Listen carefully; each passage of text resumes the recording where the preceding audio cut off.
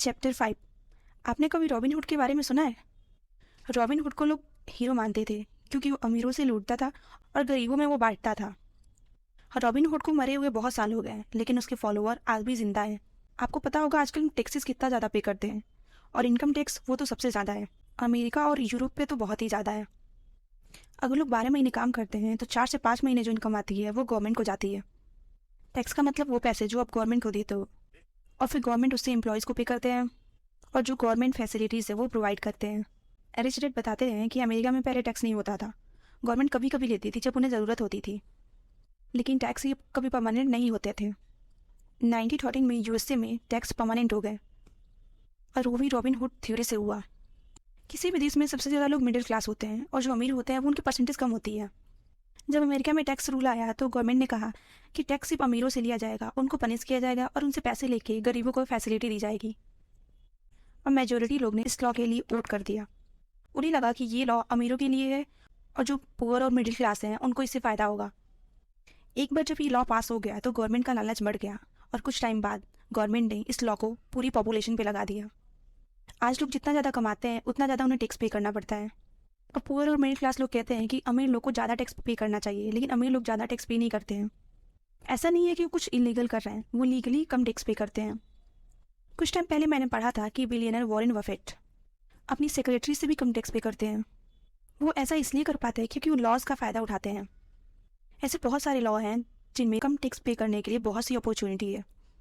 जैसे कि हो गया कॉरपोरेशन, जो कंपनीज होती है उनमें इनकम टैक्स का रेट बहुत कम होता है। बहुत से लोगों को लगता है कि कंपनी मतलब बहुत बड़ी कंपनी या बहुत बड़ा कोई बिल्डिंग, लेकिन ऐसा कुछ नहीं है। कंपनी और कुछ नहीं, एक बस लीगल डॉक्यूमेंट है। बहुत से बिजनेस ऐसे भी हैं जिनको हम कंपनीज नहीं कह सकते हैं क्योंकि उनके पास लीगल डॉक्यूमेंट्स नहीं होते हैं। रिच लोग कॉरपोरेशन की पावर को यूज़ करते हैं और कम टैक्स पे करते हैं। अभी कॉरपोरेशन और टैक्सेस का टॉपिक बहुत ही डीप है। इस बुक में ऑथर ने ये नहीं बताया है कि आप कॉरपोरेशन कैसे बना सकते हो। इस बुक का पर्पस सिर्फ ये बताना है कि आपको ऐसे टैक्स पे नहीं करना चाहिए। आपको लॉज का फ़ायदा उठाना है और कम से कम टैक्स पे करने हैं। रिच डैड के पास बहुत सारे लॉयर्स थे जो उन्हें बताते थे कि कम टैक्स कैसे पे किया जाता है, और रिच डैड उन लॉयर्स को बहुत ज़्यादा पे करते थे जो टैक्सेस के बारे में नॉलेज देते थे। आप भी किसी लॉयर से कंसल्ट कर सकते हैं, इस टॉपिक को स्टडी कर सकते हैं। ऑथर ने इसके लिए एक बुक भी सजेस्ट की है जिसका नाम है इनकॉर्पोरेट ग्रो रिच। इस बुक में आपको टैक्सेस और कॉर्पोरेशन के बारे में काफ़ी कुछ सीखने को मिलेगा।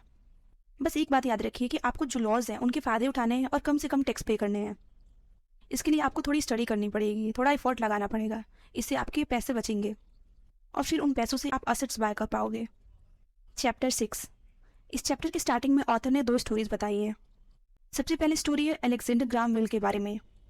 ये वो इंसान है जिन्होंने सबसे पहले टेलीफोन इन्वेंट किया था। जब अलेक्जेंडर ने टेलीफोन इन्वेंट किया था तो उसकी बहुत ज़्यादा डिमांड थी, इतनी कि वो डिमांड को संभाल नहीं पाते थे।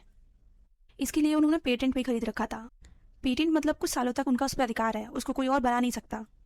इसकी वजह से टेलीफोन की डिमांड बहुत ज़्यादा हो गई थी, और वो उसे संभाल नहीं पा रहे थे। इसके लिए वो वेस्टर्न यूनियन के पास गए, और वहाँ पे उन्होंने ऑफर दी कि वो अपनी कंपनी और पेटेंट उनको सेल करना चाहते हैं। इसके लिए उन्होंने $100,000 मांगे। वेस्टर्न यूनियन ने कहा कि ये प्राइस बहुत ज़्यादा है, और उन्होंने मना कर दिया। अब इसके बाद अलेक्जेंडर हार नहीं माने, वो बहुत मेहनत की और फिर AT&T स्टार्ट की, जो कि उनकी कंपनी का नाम था, और आज वो एक $1 बिलियन कंपनी है।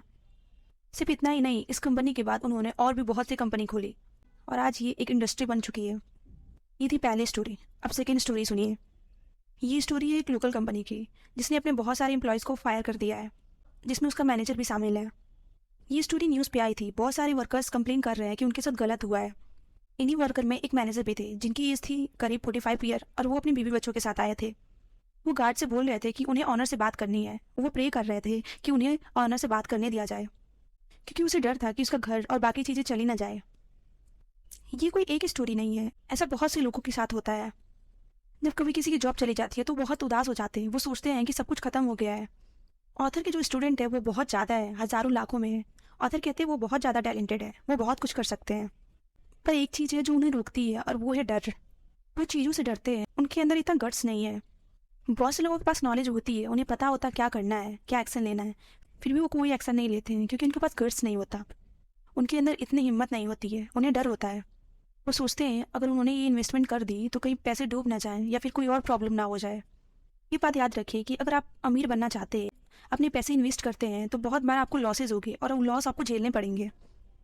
रॉबर्ट क्यूसाकी को भी बहुत सारे इन्वेस्टमेंट में लॉसेस हुए हैं, लेकिन वो कभी रुकते नहीं हैं। वो अपने एक्सपीरियंस से सीखते हैं। कहते हैं इससे आपका एक्सपीरियंस बढ़ेगा और आपका लॉस कम होते जाएगा। रिच बनने के लिए फाइनेंशियल नॉलेज और हिम्मत दोनों चीज़ चाहिए। सारे लोग ऑथर से पूछते हैं कि उन्हें इतना रिस्क लेना ही क्यों है, उन्हें फाइनेंशियल नॉलेज लेना ही क्यों है जब उनके पैसे डूब जाएंगे। आप सब फेसबुक के फाउंडर मार्क जुकरबर्ग को जानते होंगे। वो कहते हैं आज के टाइम पे सबसे बड़ा रिस्क है रिस्क ना लेना। आपको पता होगा कोविड की वजह से बहुत सारे लोगों की जॉब चली गई है और बहुत से ऐसे रीजंस आते हैं जिसकी वजह से लोगों की जॉब चली जाती है। ऐसे में आप सिर्फ अपने जॉब पे डिपेंड करेंगे, कोई फाइनेंशियल नॉलेज नहीं होगी, तो ये सबसे बड़ा रिस्क है। ऐसे प्रॉब्लम में सिर्फ वही लोग आराम से रह पाते हैं जिसके पास असेट्स और फाइनेंशियल नॉलेज हो।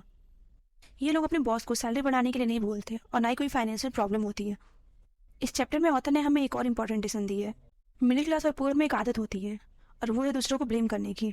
वो अक्सर कहते हैं कि गवर्नमेंट अच्छी नहीं है, महंगाई बढ़ रही है, उनके बॉस अच्छे नहीं हैं, पूरा दिन काम करवाते हैं और जितने पैसे मिलने चाहिए उतने मिलते नहीं हैं। आप कभी भी दूसरों को बदल नहीं सकते, इसलिए दूसरों को ब्लेम करके कोई फ़ायदा नहीं होगा। अगर आप खुद रिस्पॉन्सिबिलिटी लेते हैं तो वो बहुत अच्छा होगा, क्योंकि इंसान खुद को बदल सकता है, दूसरों को नहीं।